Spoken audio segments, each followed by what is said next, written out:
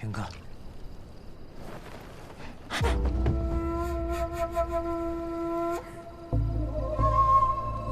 你怎么来了？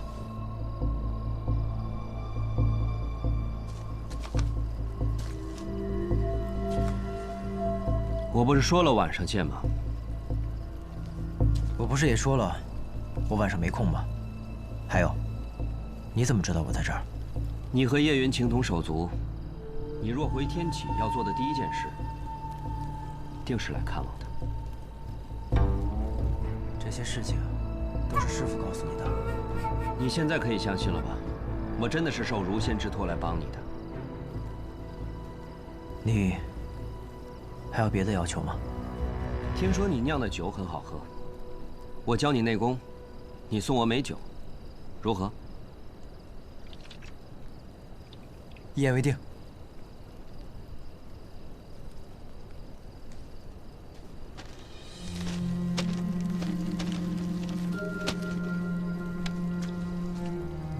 云哥，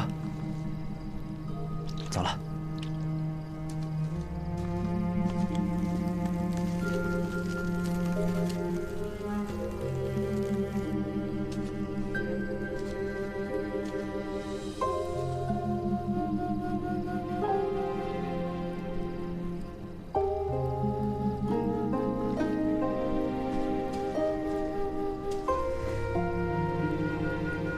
父亲。 母亲，孩儿不想今天才来看你们。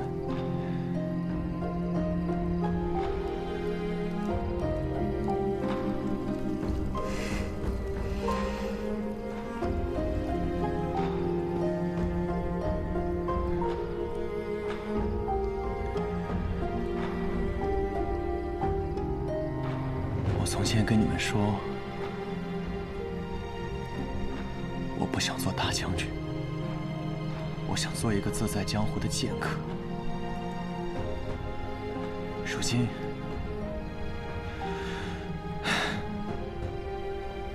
我也算完成了一半。今天来看你们，也没带什么好东西啊。我给你们舞一会剑吧。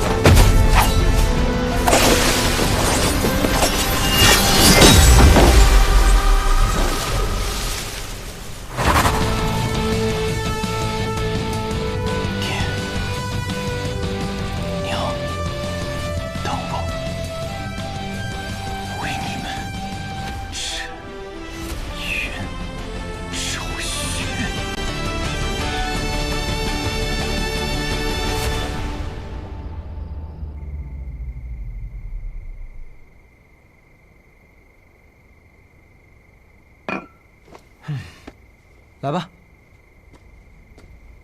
选一坛吧。一坛可不够啊。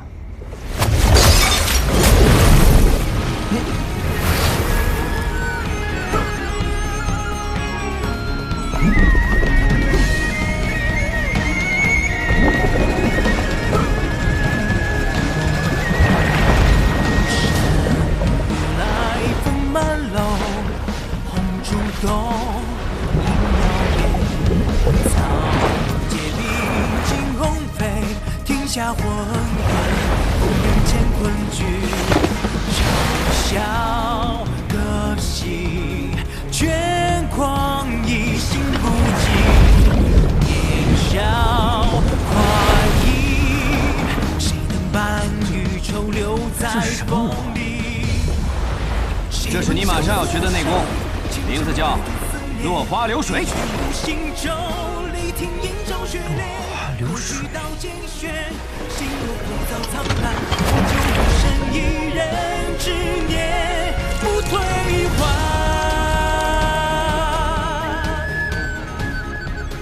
看来，那个人就是白日里潜入学堂之人。好俊秀的功夫，你怎么还有心思欣赏别人的武功啊？百里东军这一进城就被各路人马全部给盯上了。不行，我得去看看。确实是好酒，只可惜得浪费一二了。有暗器，老秦，我们去干他。有什么暗器？不过就是一滴酒罢了。放心吧，来人没有恶意，他刚刚已经与我们打过招呼了。什么意思啊？你认识他？不是，你认识他？你怎么不告诉我？你为什么不告诉我？他是谁？百里东军是我带来的，你怎么比我还着急啊？来人是白小堂堂主姬若风，他与如仙有一段旧缘，愿意教百里东军如仙的秋水诀。不然真的让东军跟着你学你们雷门那憨劲儿十足的内功心法，我10年也考不上学堂啊！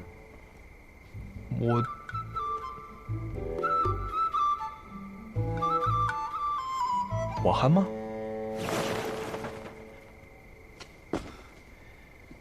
以后我每来一日，你就送我5坛酒，如何？哎，你不要太过分了啊！酒没了可以再酿，可学堂大考若是败了，就没有下一次机会了。唉，看来我酿的酒实在是太好喝了呀！来吧，虽然没有多少时间了，但如果是你，就一定没有问题。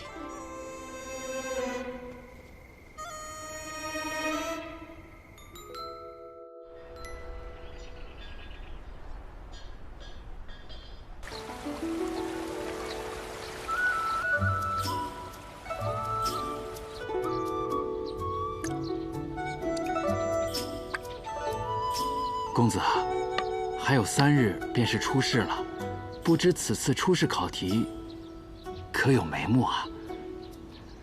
你不是也说了吗？3日之后才是出试，急什么？我不着急，我着什么急啊？我就是觉得我们是不是……怎么，大家不敢来问我，所以去逼问你，对不对？这1天3、4趟的问，谁都吃不消啊。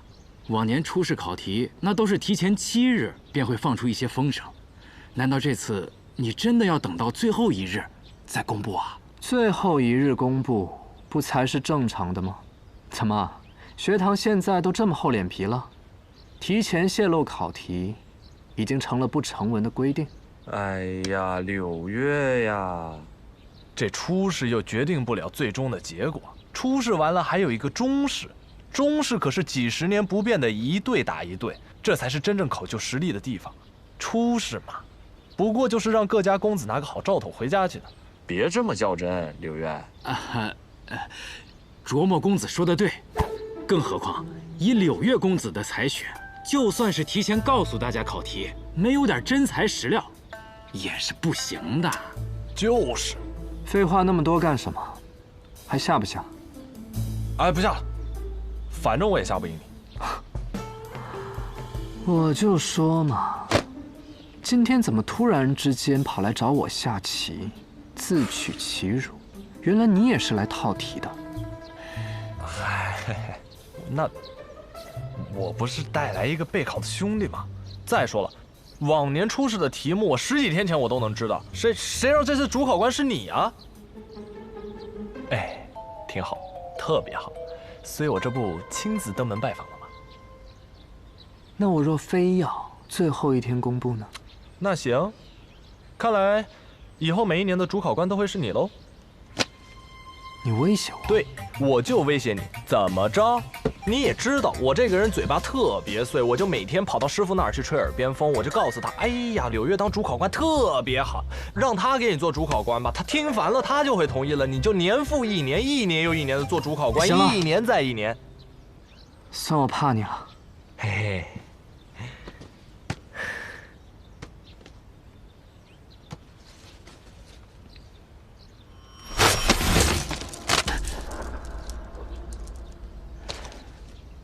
文武之外，啊？没错，就是文武之外。世间大考分为文武2类，但文武之外呢，有那么多有趣的东西，所以呢，我既不考文，也不考武。只要文武之外有能令我折服的东西，这初试我就让他通过。这还不说呢。可这文武之外到底要考什么呀？你要知道，我们学堂要的不仅仅是文武双绝的人，还有有趣的。而这文武之外，考的就是人。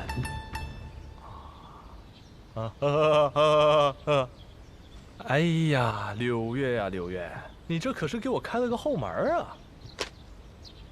你可别给我扣帽子，我说的可都是肺腑之言，和你带来的那位兄弟半毛钱关系都没有。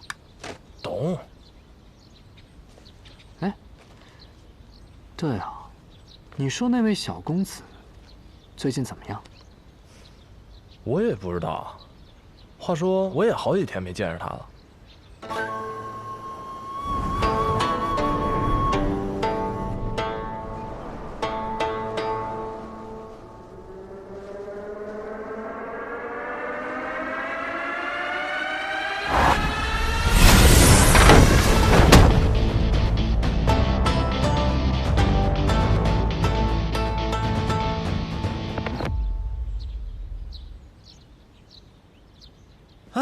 舒服，有了内力就是不一样啊，感觉全身都暖洋洋的。哎，连梦莎今日来学堂了吗？卓墨公子的动向我怎么会知道？没大没小啊！怎么了？今日突然有事找我啊？我有个好消息告诉你。哎呦，巧了，我也有一个好消息要告诉你。真的？你先说。来，初试的题目出来了。出来了？是什么？4个字：文武之外。嘿，嘿，嘿，嘿，你怎么了？你这高兴傻了？这表情。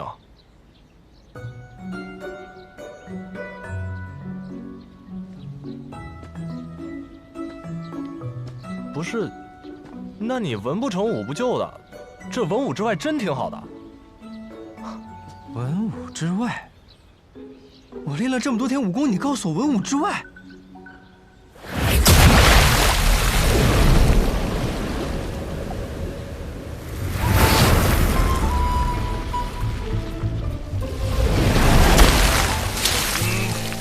去你的文武之外！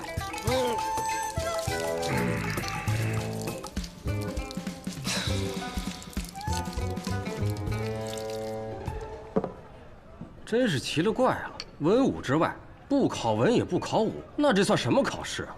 那你说这选拔的是什么呀？或者是谁长得美，谁就能进中试？哼，兄台此言有理。那柳月公子据称是容颜绝代，说不定就是谁长得美，就符合人家要求呢。那，旁边这位小哥容貌俊秀，若去参加考试，那必定能通过呀。确实气度不凡呀。谈。哎，客气。文武之外，倒是有趣。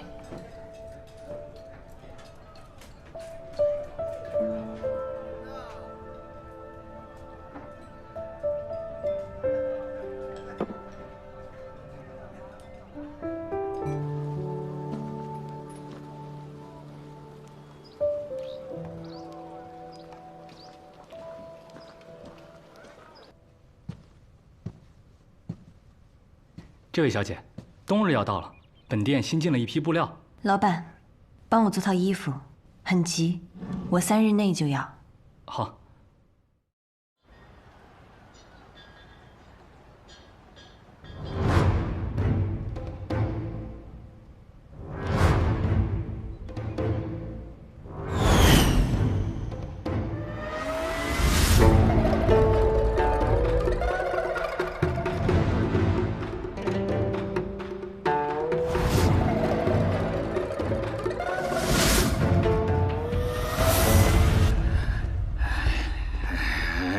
行。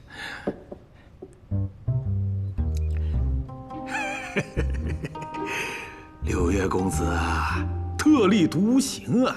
我还是第一次听说啊，把学堂大考放在我的赌坊里。所谓大考，其实和赌没什么区别。愿闻其详。很多人苦学10年，为的就是大考的这一刻。这或许是他们人生中发挥最好的一刻，亦或许是发挥失常，再无挽留之地的一刻。赌博呢，也是如此。不上到赌桌的那一刻，谁都不知道会发生什么；而上了赌桌，这胜负才刚刚开始。精辟！除非出千。怎么？有人敢在你这千金台出千？当然不会。所以我们今日在此大考嘛。六月公子啊，果然不同凡响啊！妙哉，妙人呐！你看我这大金牙都为公子倾倒了。二爷呢？当初选择借地给我们的不是他吗？去听曲儿去了。我也不知道为什么他那么愿意听曲儿。本来对这个学堂大考不感兴趣，答应你们啊，无非是柳月公子拿了一阙残谱与之交换。哎呀，能为学堂大考提供场地，我千金台每天损失个1.8千两的银子，不心疼。涂大爷的损失，学堂明日自会派人送来。这就是学堂的嫉妒啊！都快敞亮收摊。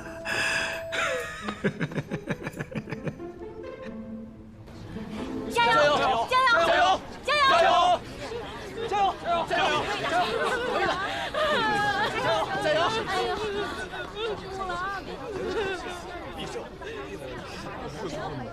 是会的，没问题的。小爷百里东军驾到！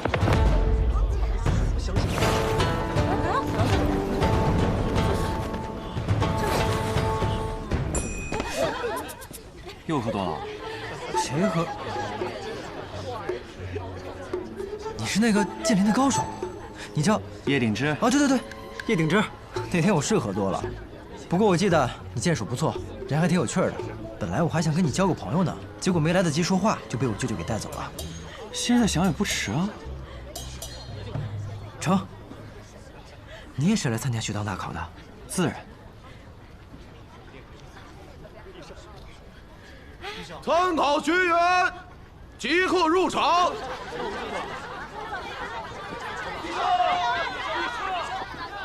走吧。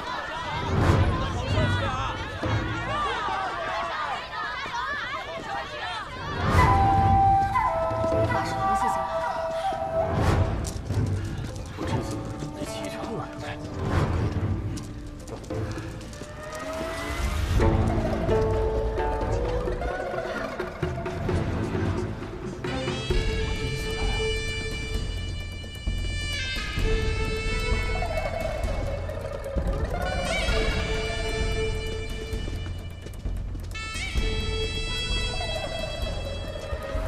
这莫非就是雷梦莎此前跟我说过的什么赔率？啊？这是什么？这我知道，这是千金台设的赌局，看看今天谁才是大考的魁首。哦，哎，这是什么意思啊？那我名字后面这1000什么意思？是不是数字越大越厉害？你想什么呢？数字越大，说明看好你的人越少，你的赔率也就越高。这个时候呢，如果有人押你1两银子，你得了魁首，他就会赢1000两。但是呢，机会小啊，没人愿意去冒这个险。像我就不一样了，我是热门人选，押我的人可多了，所以我的赔率就不。竟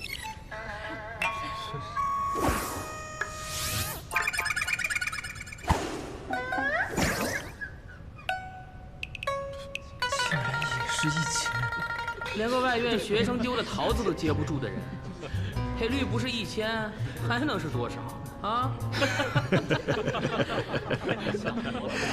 这千金台的赔率呀，是根据买家的数量决定的，还望柳月公子让小先生不要介意啊。小先生欺我功夫馆这等小事。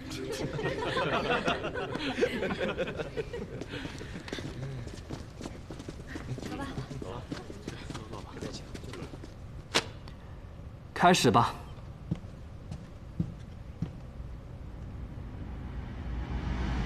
学堂大考，准备开始。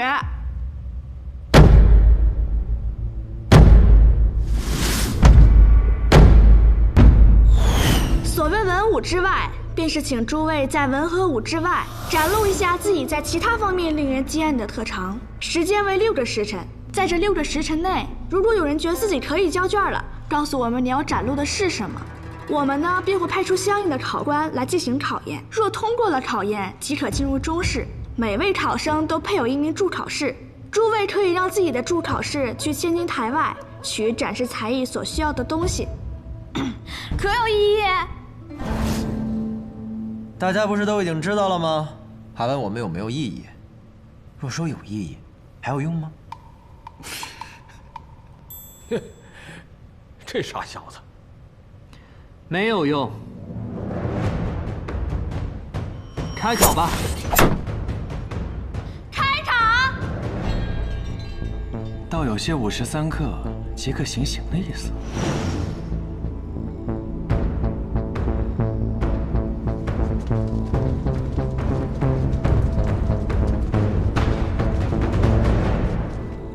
来人！来人！来人！来人！这位公子有何吩咐？3路客栈，哎，去找雷梦莎，公子，把我的大包裹给我拿过来。找谁？废话多公子雷梦莎，去吧。哎，你打算做什么？一会儿你就知道了。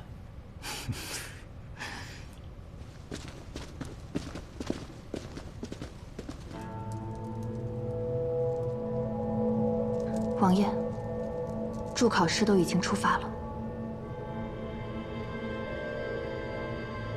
也不知道这群人里有没有能助本王登临大宝之人。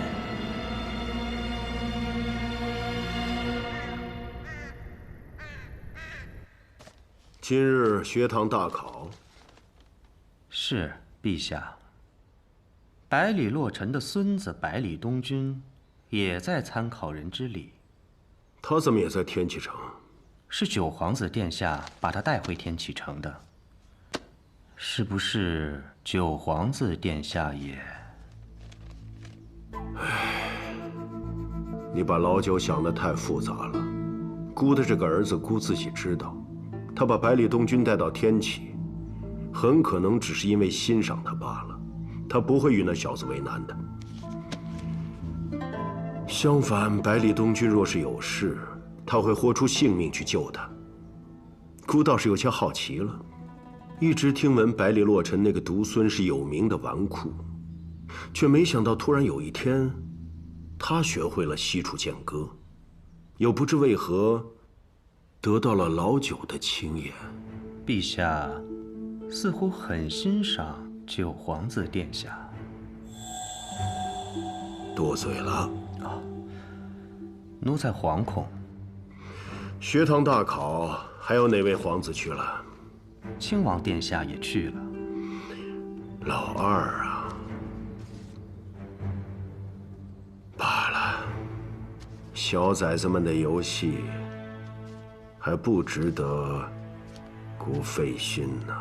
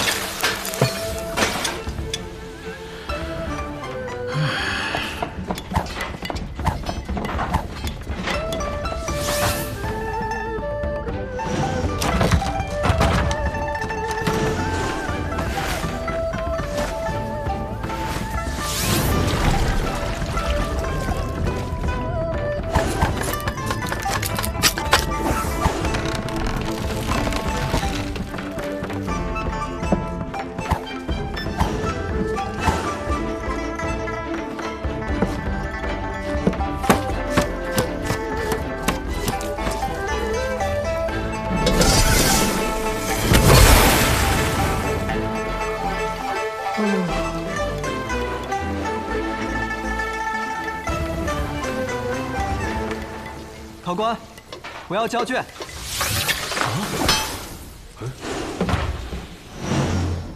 哟，还真有这么快的？你叫什么名字？教的又是什么？在下白衣门段白衣，自幼研习骑术。这文武之外，在下要教的就是骑术。可以，请公子赐教。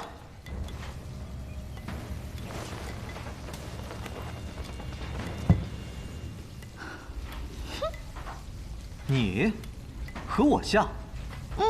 你学了几年棋啊？你学了几年？我7岁开始学棋，至今得有17年了。我3岁开始学习，至今也有7年，差不多嘛。来吧。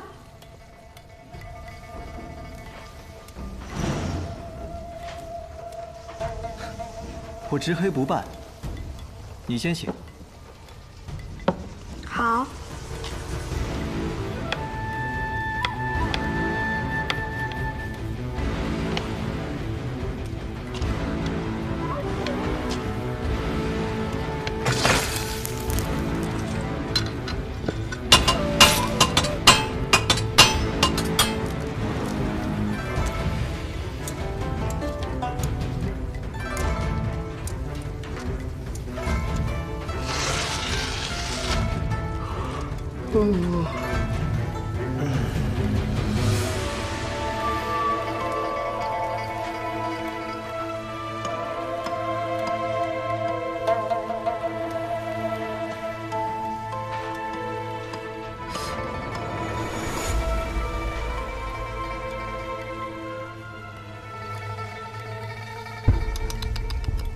还精通骑术，连个小童都下不过。能在灵素执黑下坚持这么久，说是精通，不足为过。10余年苦修，我竟败给区区一个小童。看似下的是棋，实则展露的是心。一味刚猛，长风一蛇，你的棋艺很好，但你败给灵素，或许是因为你许久未败。倒是天天败。今日一败，未尝不是件好事。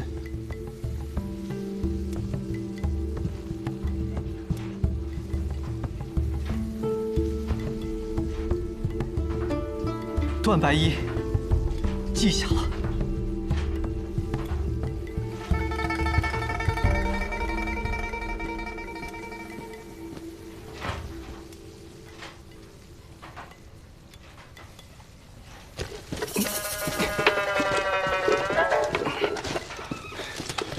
谁的助考室啊？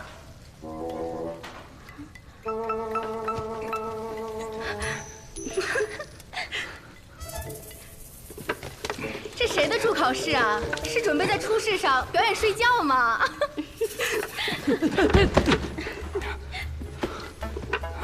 多谢。原来是他呀，什么都不会，睡觉再合适不过了。怎么，你还真像他们说的，打算在这睡一觉啊？是啊，不过你怎么跟他们一样没见识啊？你还真信呐？玩笑，玩笑。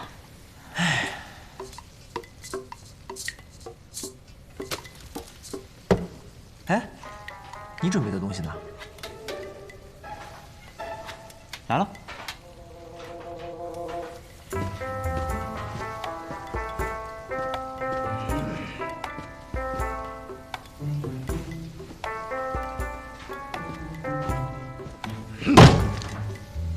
这什么呀？刚杀的北蛮羊腿，还新鲜着呢。这就是我准备的东西，有意思。那现在可以告诉我你打算做什么了吧？酿酒。酿酒？我呢，身无长技，只有酿酒这项技艺是我从小锤炼的。既然要比文武之外，自然要拿最拿手的出来。可是酒不是越陈越好喝吗？这6个时辰内就能酿出好酒了？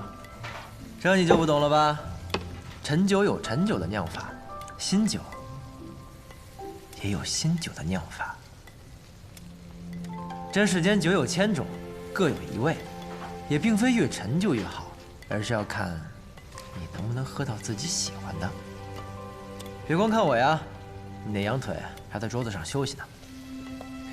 酒来了。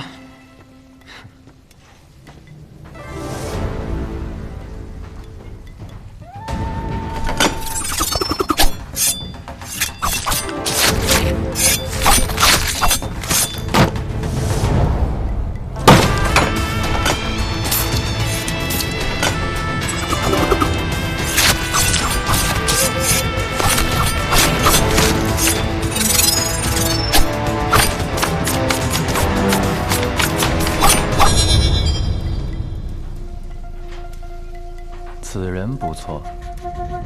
这手刀法看起来似乎普普通通，细微处却显露了真功夫，可称得上是高手中的高手。考完给他发帖子吧。那九皇子选中的那位少年，你是说萧若风带回来的那个？父皇遣他去了一趟黔东城，他便带回来这么一个人。你说这人能是什么来头？镇西侯府整个朝堂谁能拉拢得动？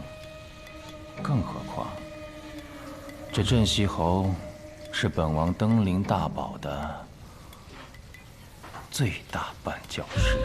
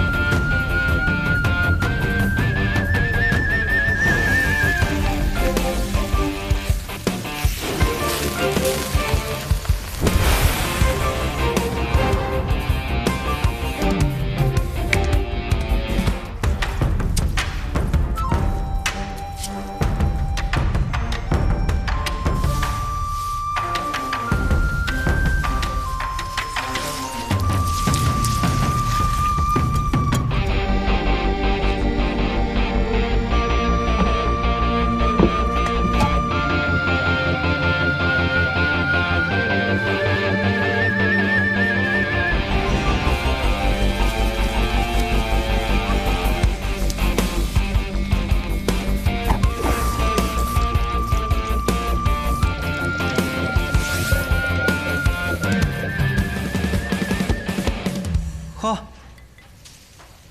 你这可以啊！弄好了？是啊，之后每间隔1个时辰，换一个热水袋就可以了。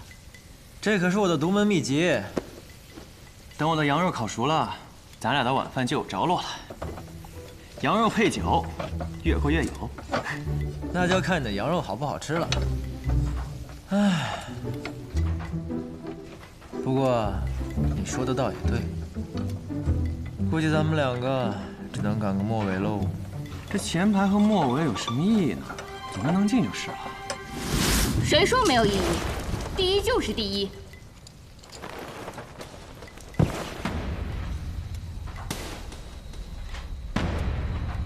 考官，我要交卷。何人？考什么？江湖客，无门无派，姓燕，名菲菲。至于考什么，你下来，我告诉你。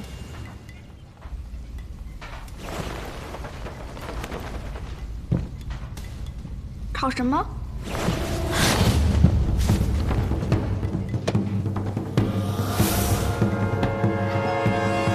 就考这个。你偷东西！哟，这轻功可以啊。我见你的轻功也不虚啊。偷东西多难听啊，这叫妙手空空。我这赌坊里啊，还来了个千手千眼的佛爷。看这手法，应该是神偷空灵儿的徒弟。东西还我！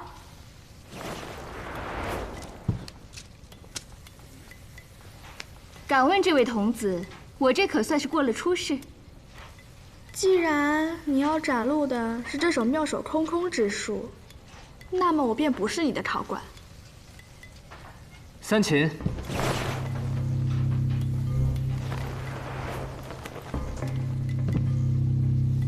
我名三秦，你有3次机会从我身上偷走一件东西。我怎么确定你身上有没有东西啊？那就靠本事来确定。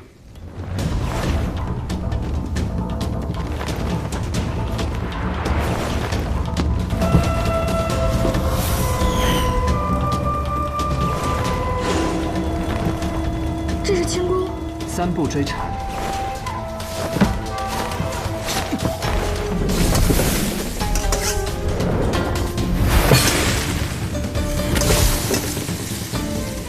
若是这样，还算是文武之外吗？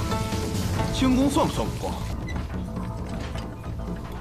我记得我看过一个叫《明月》的画本，里面有位剑客给一个轻功高手说过一句话：轻功不代表武功。巧了，我却也看过。不过后来那个轻功高手也回了他一句话：但是速度代表了我和你的距离。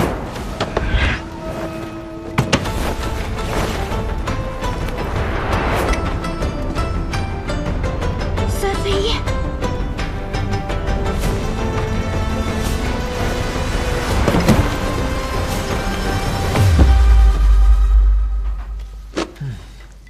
小心点喽。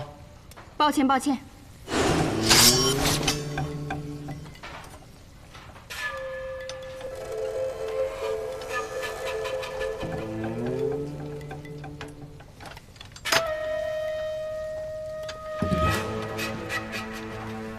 如何？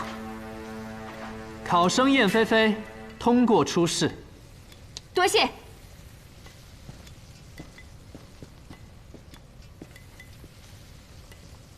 还有，考官，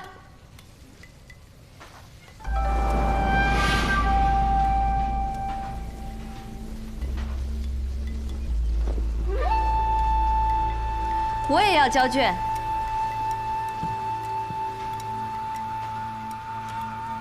何人？考什么？我叫尹若霞，我来比的是。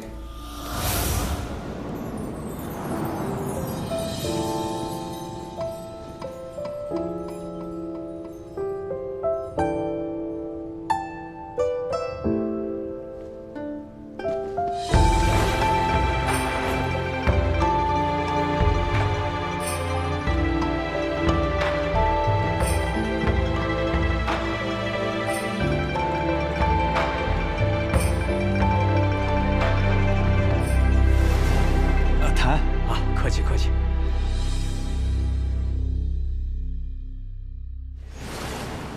有趣，此人竟是换了个身份。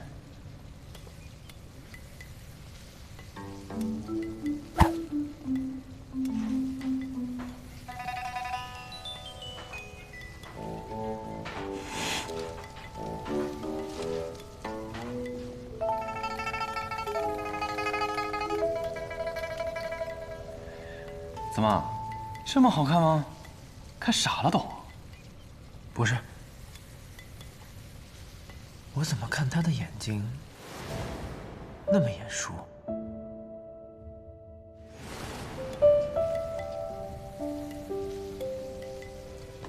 你怎么看谁都眼熟啊？在剑林那会儿，你不看我也挺眼熟的吗？没少用这招套近乎。呸！别瞎说。不可能，不可能，她跟仙子姐姐给人的感觉天差地别。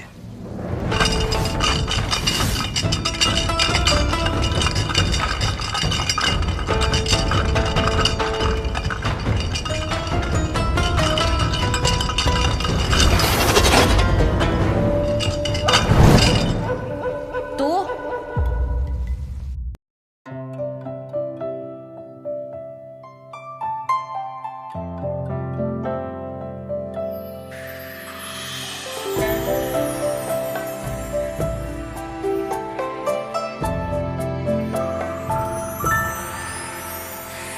让一片轻轻微风绕心游弋，听波般忽泛涟漪，人教春泥。只听枝桠攘攘嬉戏，在风下喃喃细语。月下描摹花。